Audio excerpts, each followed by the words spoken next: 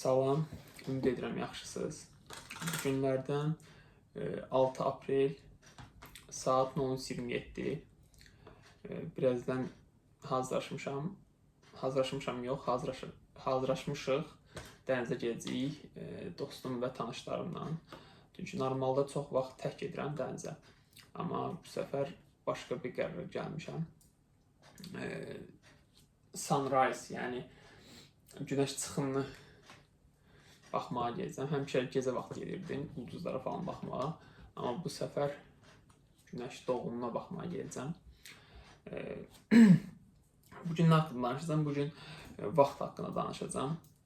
Yəni, hamı tərəfindən ikinci plana atılan bir qavram kimi buna deyə bilərəm. Hətta mənim belə.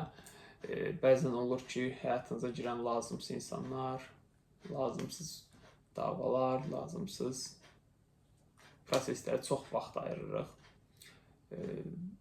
Bunu nə vaxt anlayırıq? Bunu vaxtımız gedəndən sonra anlayırıq. Yəni, itirəndən sonra anlayırıq. Yoxsa belə anlaya bilmirik. Vaxtımız, əsəbimiz, pulumuz bu yerdən yerə dəyişə bilir.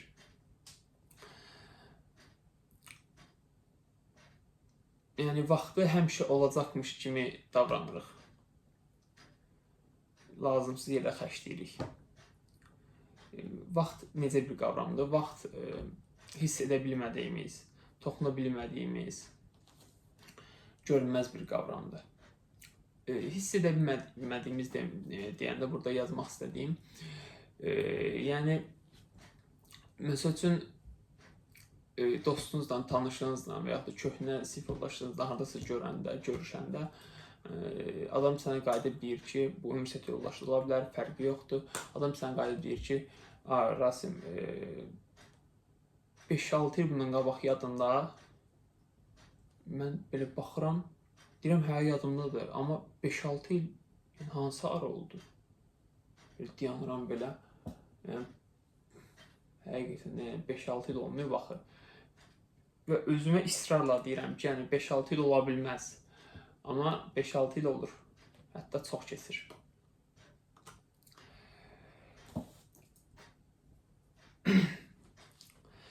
Yəni, belə. Ən çox da bizim vaxtımızdan alır sosial şəbəkə.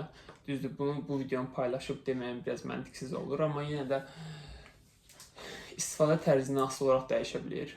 Bacardığımız qədər məncə sosial şəbəkədən daha yaxşı istifadə etmək lazımdır. Necə daha yaxşı istifadə etmək lazımdır? Düzdür, sosiallaşmaq lazımdır, amma hər hansı bir marağım varsa, hər hansı bir sahəyə, bu bir idman ola bilər, bu bir kitab ola bilər, fərqi yoxdur. Bu fəlsəfə, din, yəni o üzrə sosial şəbəkəni istifadə etməli və yaxud da ona uyğun olaraq marağını çəkəcək və yaxud sənə fayda olacaq bir şəkildə sosial şəbəkəni istifadə edə bilərsən. Məsəl üçün, çox gözəl paylaşımlar edən kanallar var, çox gözəl paylaşımlar edən səhifələr var. Bu, yəni hamının belə ən pis baxdığı TikTokda belə yəni var. Yəni TikTok belə hamı baxır ki, TikTok necədir, belədir, elədir. Amma yəni özünüz nəsə, yəni ona uyğun olaraq sizə demək olar paylaşımlar, sizin istəyiniz və məqsədlərinizə və ya həvəslərinizə uyğun olaraq paylaşımlar gəlir. Yəni, qayıdırıq vaxt qavramına.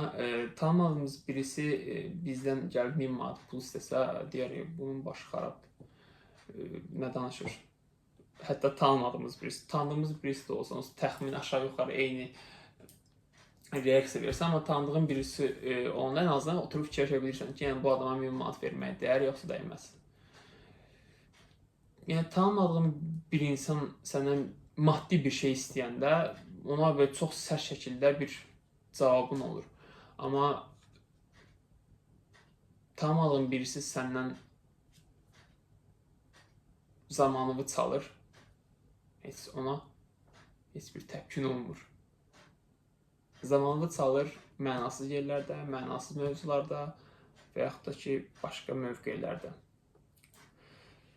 Biz insanlar məncə bir şeyə çox yaxşıyıq maddi söhbətlərdə.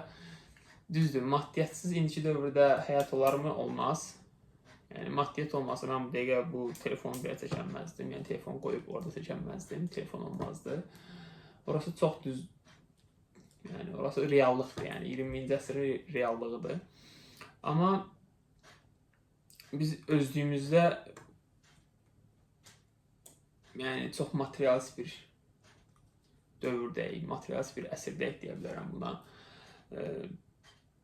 Çünki söhbət maddi bir şeydən gedəndə hamı elə hoppanıb düşür. Demək olar içi məndə qarışıq, çünki istər-istəməz dövr onu tələb eləyir. Nə qədər hoppanıb düşməsəm də, amma yenə də özümü bir tərəfdən də o hoppanıb düşənlərə qoyuram. Cərgəsinə qoyuram. Yəni söhbət maddi söhbətlərə gedəndə hamı ən ağıllı olur, hamı ən biznesmen olur, hamı ən qənaətsiz olur. Amma söhbət vaxtdan gedəndə heç kim belə olmur. Mən də daxil. Bu həm özümü qınama videosudur, həm də ki demək olar özümü qınama videosudur. Çünki onsuz da məni izləyən yoxdur. Heç izləyən olsa da olmasa da çox bir şey dəyişmir.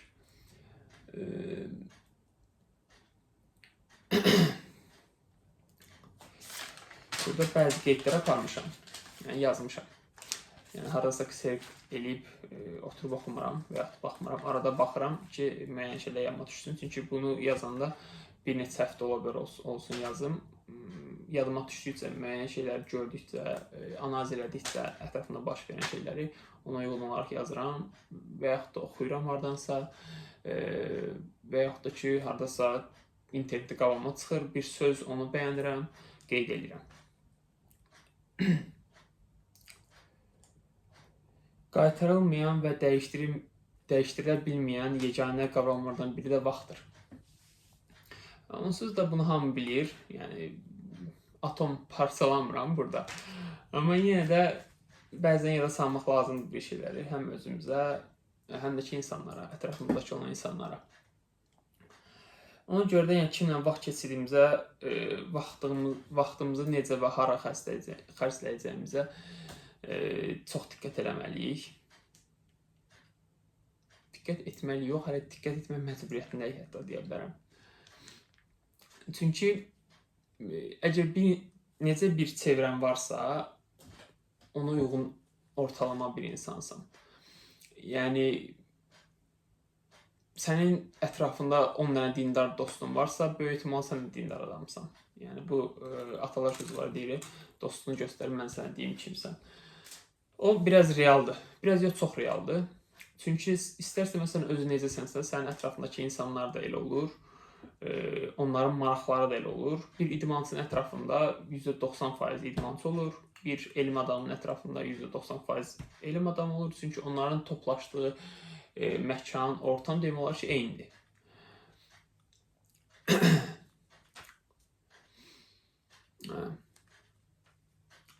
Vaxtımıza, kimi xərcləyimizə fikir verməliyik və məcbur olmalıyıq.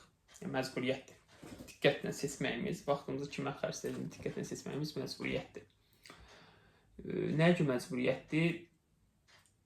Bu bir sizin sevgiliniz də ola bilər, bu bir...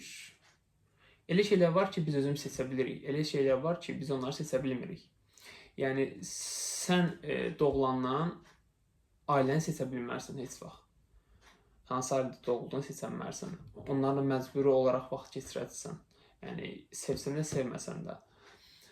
Amma ətrafında olan insanları, dostu, düşmənivi, sevgilivi, iş yoldaşıvı çox vaxt seçə bilmirsən, amma məsəl üçün, yəni onları seçə bilirsən. Yəni, onu da seçə bilərsən iş yoldaşıvı. Bəyənmədin, bir işdən çıxarsan, gedərsən başqa işə. Yəni, ölümdən çox da bir şey dəyişməyəcək. Amma onları seçəndən çox diqqətli olmalısan, çünki sənin ən böyük parçavalırlar səndən, vaxt keçirəndə səndən. Məsələn, hər dəfə səni çağırırlar, oraya deyək, buraya deyək, məsəl üçün, əgər dəyəri verirlərsə çağırırlar, dəyəri verirlərsə əlbəttə çağırmırlar.